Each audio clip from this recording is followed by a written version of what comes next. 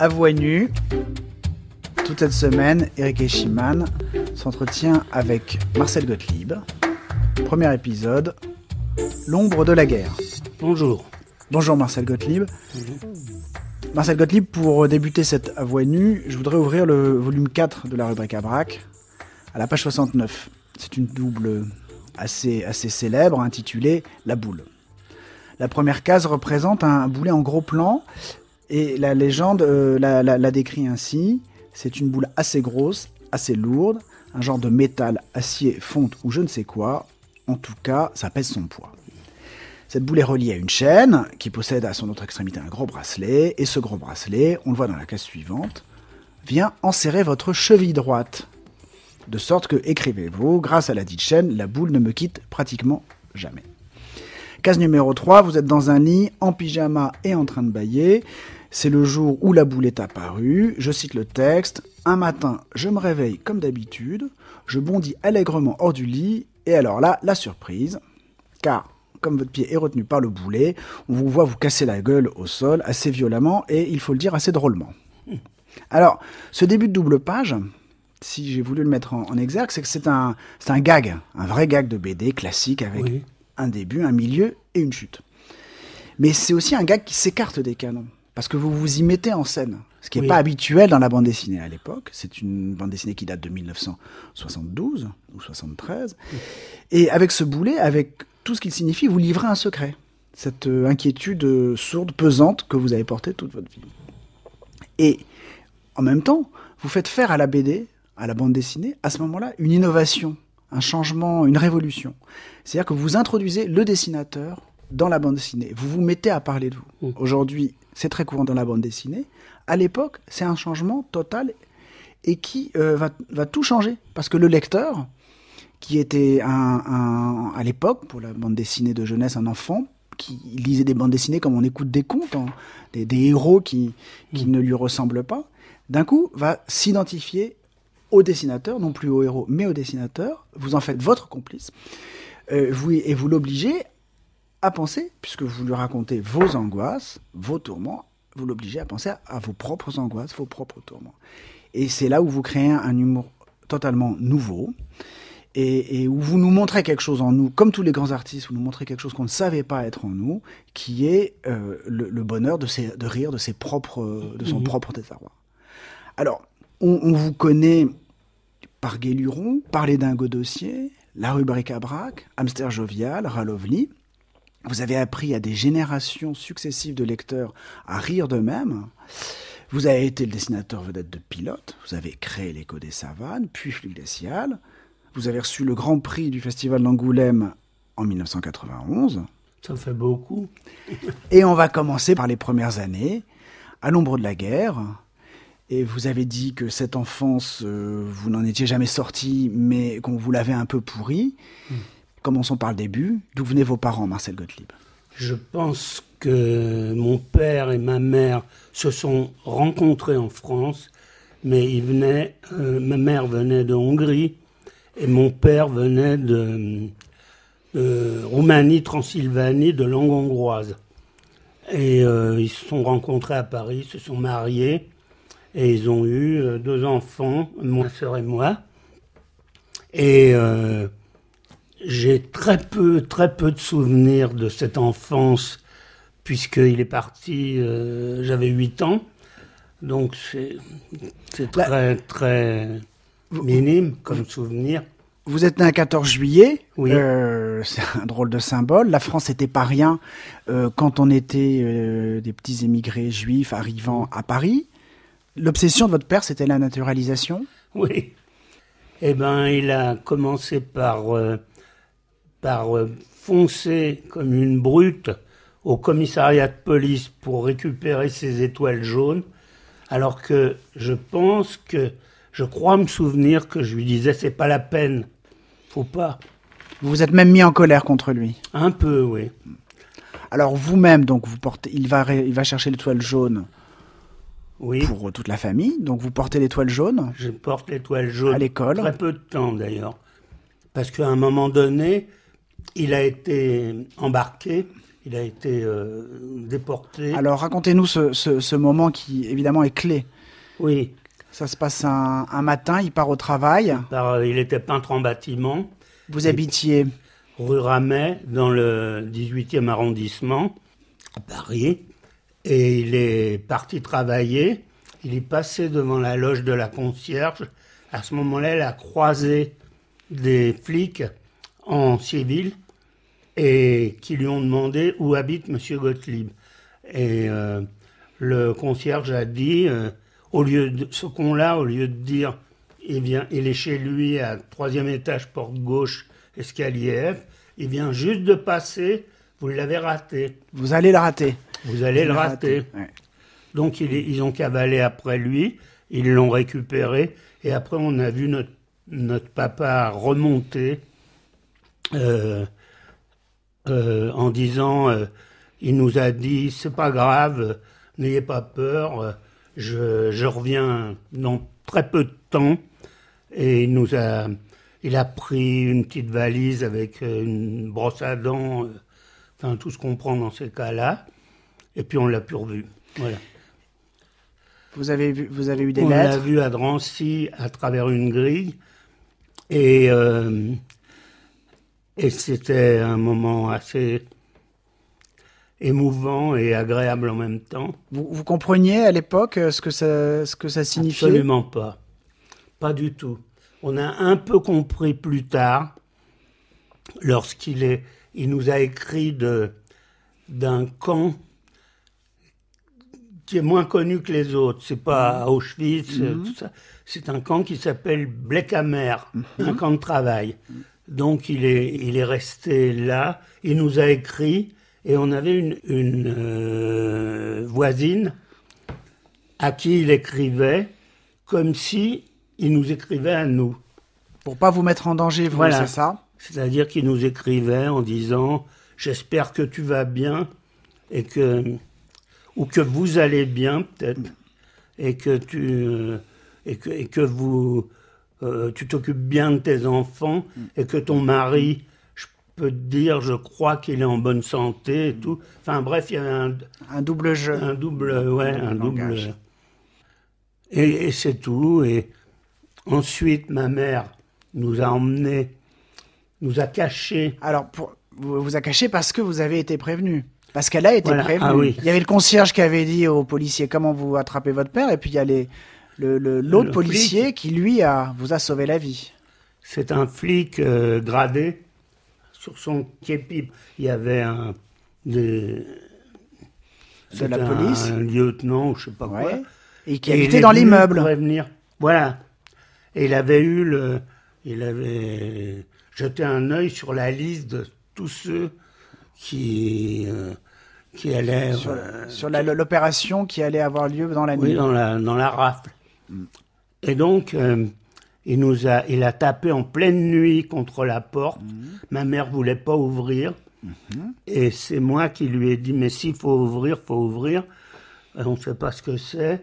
Et j'ai été ouvrir et ce flic nous a dit allez-vous-en tout de suite parce qu'on vient vous ramasser. Dans un quart d'heure. Ouais. Et donc on est allé sur le même palier chez des voisins qui étaient italiens, entre parenthèses, et en rentrant chez eux, on a trouvé une douzaine de juifs planqués qu'ils avaient aussi récupérés. C'était le métro à l'heure de pointe, dites-vous, dans votre livre. Ouais.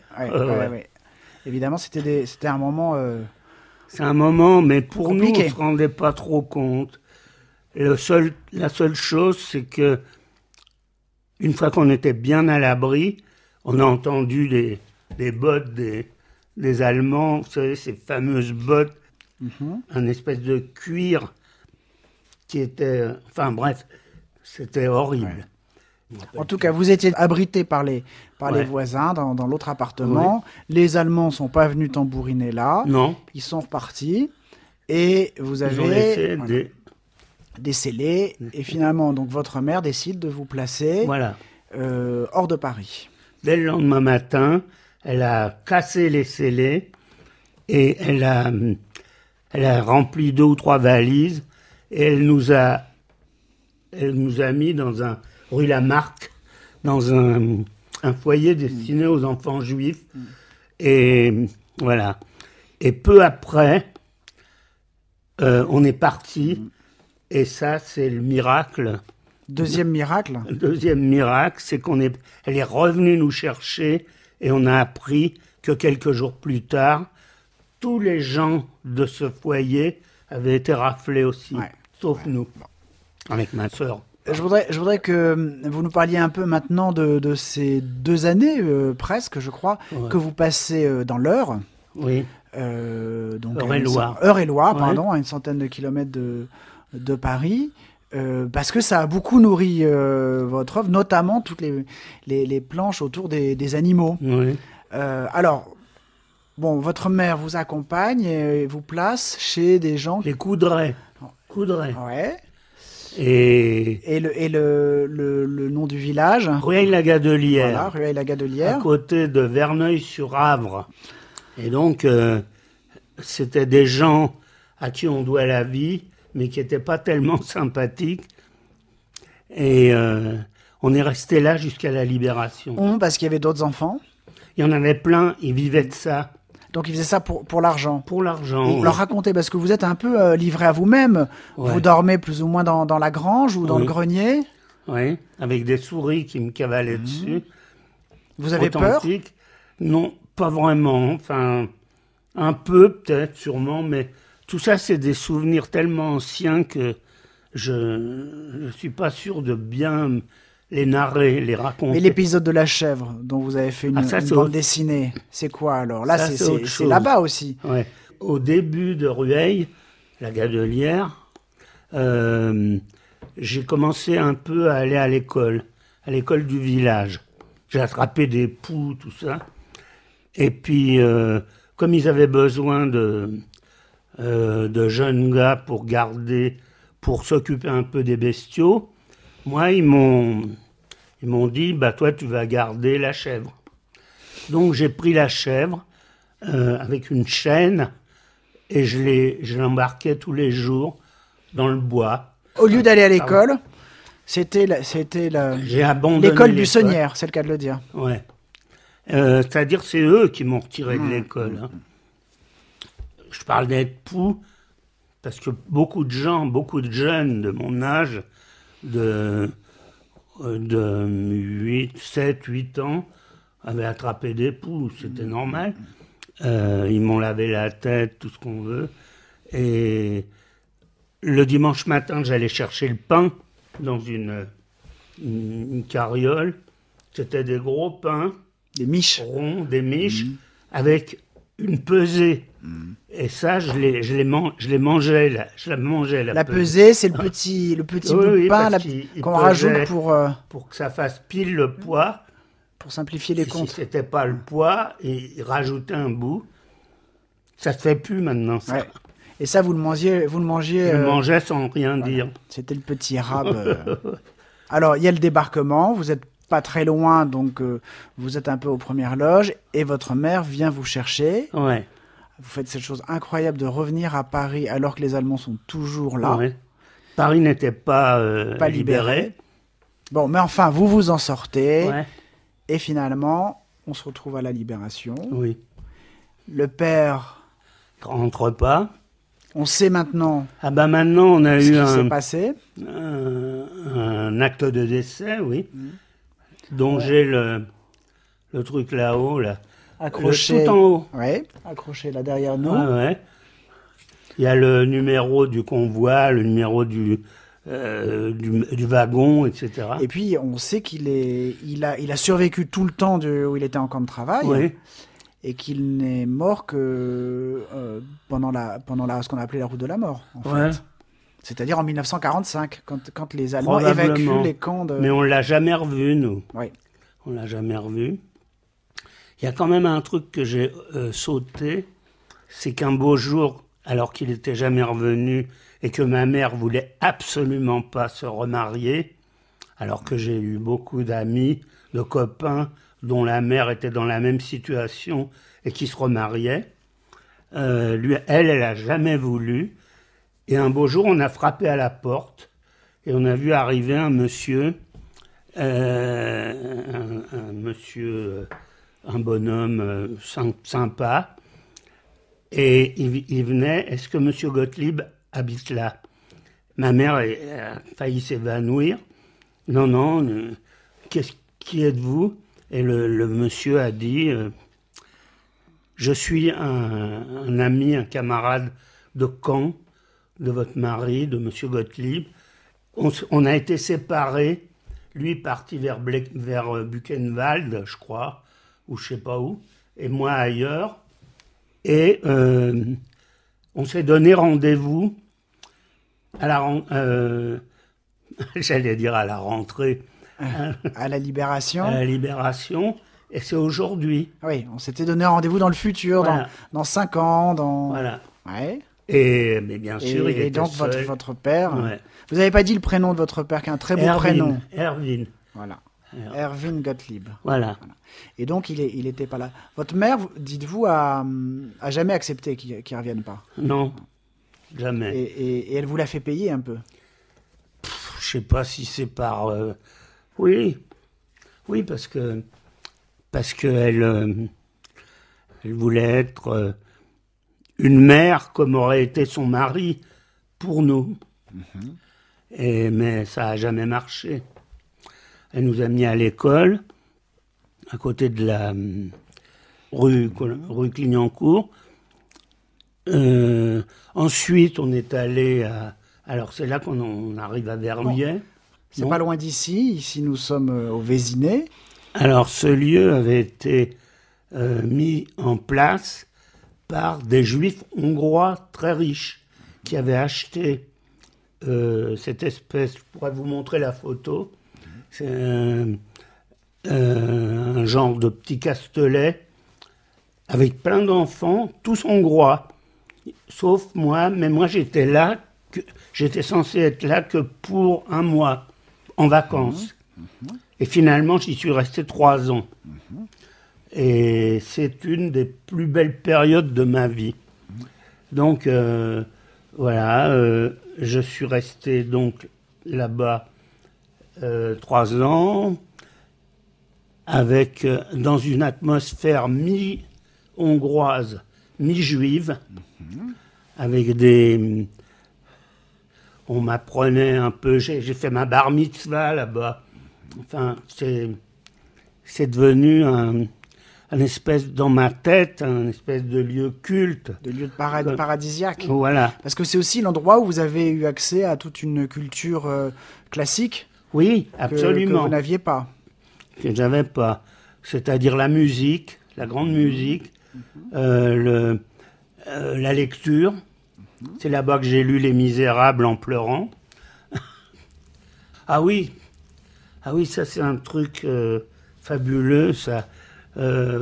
Cosette va chercher de l'eau dans un seau très lourd et d'un seul coup le seau devient léger comme une plume. Alors elle lève la tête et elle voit un géant qui est en train de porter le seau, c'est Jean Valjean. Et ça, je trouve que c'est une séquence de cinéma. Parce que ça vous a rappelé aussi quelque chose. Oui, c'était avant ça. C'était quand il y avait encore des petits mecs antisémites.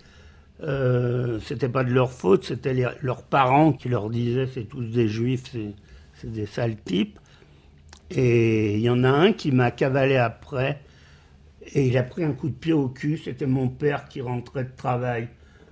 Voilà. Et qui vous a évité de vous prendre vous. Exactement, il était beaucoup plus grand que moi, costaud et tout.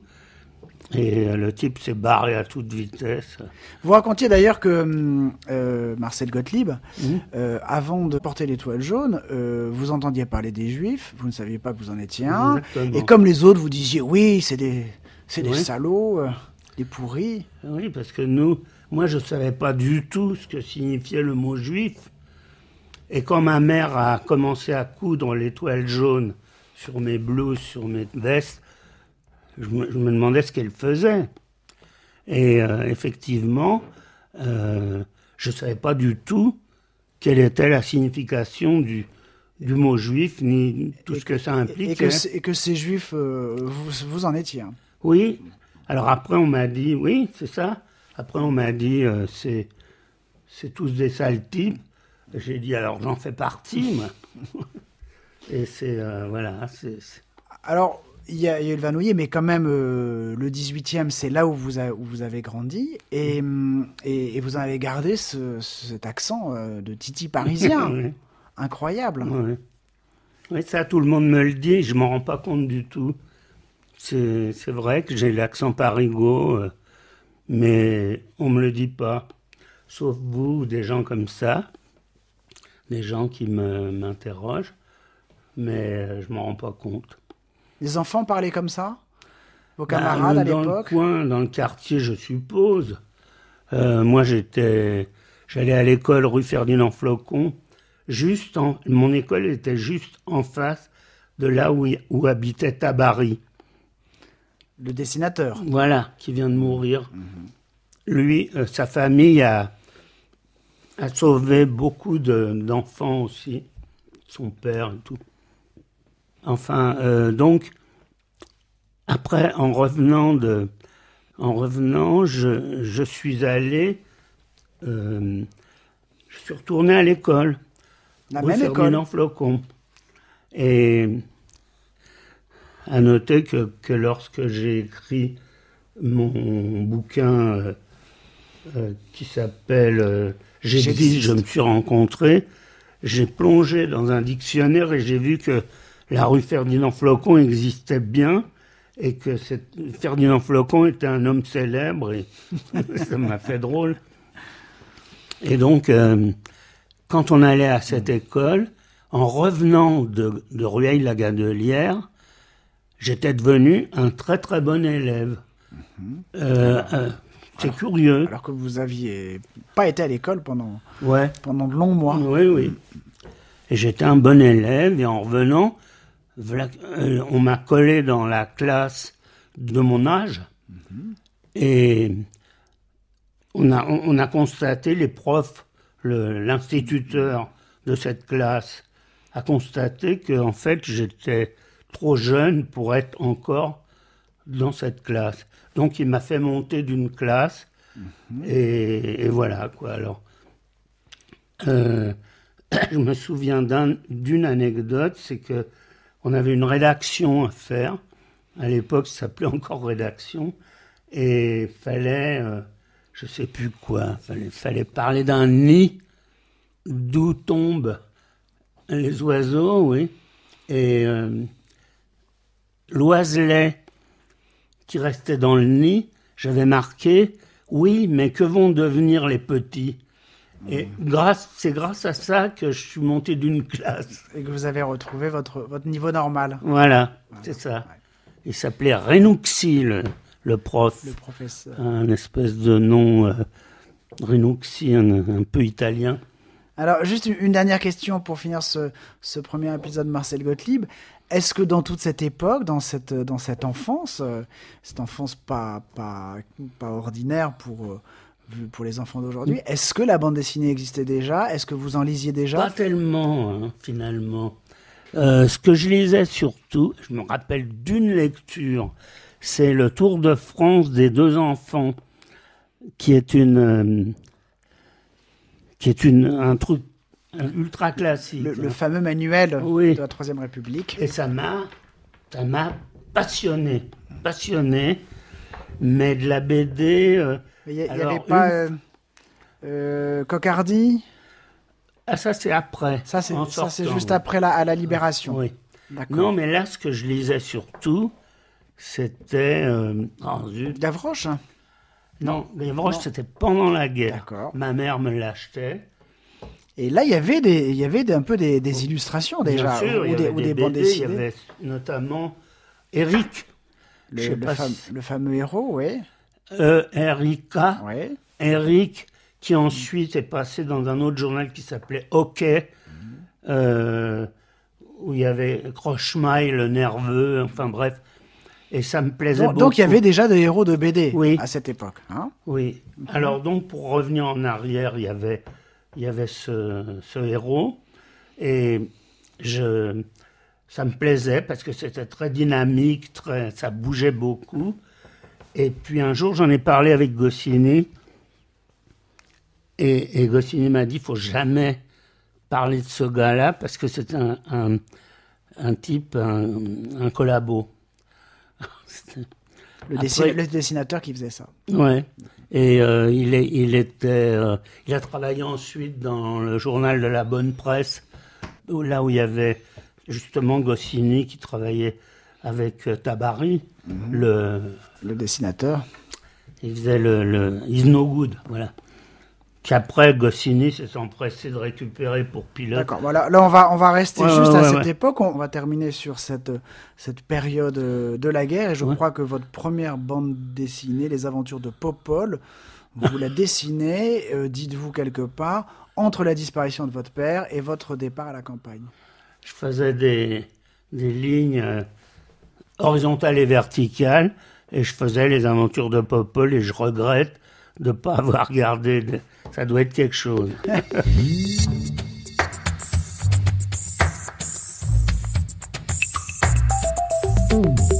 Merci Marcel Gottlieb. À voix nue, Eric Eschimann s'entretenait avec Marcel Gottlieb. Prise de son Maïtran. Attaché d'émission Claire Poinsignon. Une série d'émissions réalisée par Anne-Pascale Desvignes. Demain, deuxième volet, naissance de la parodie.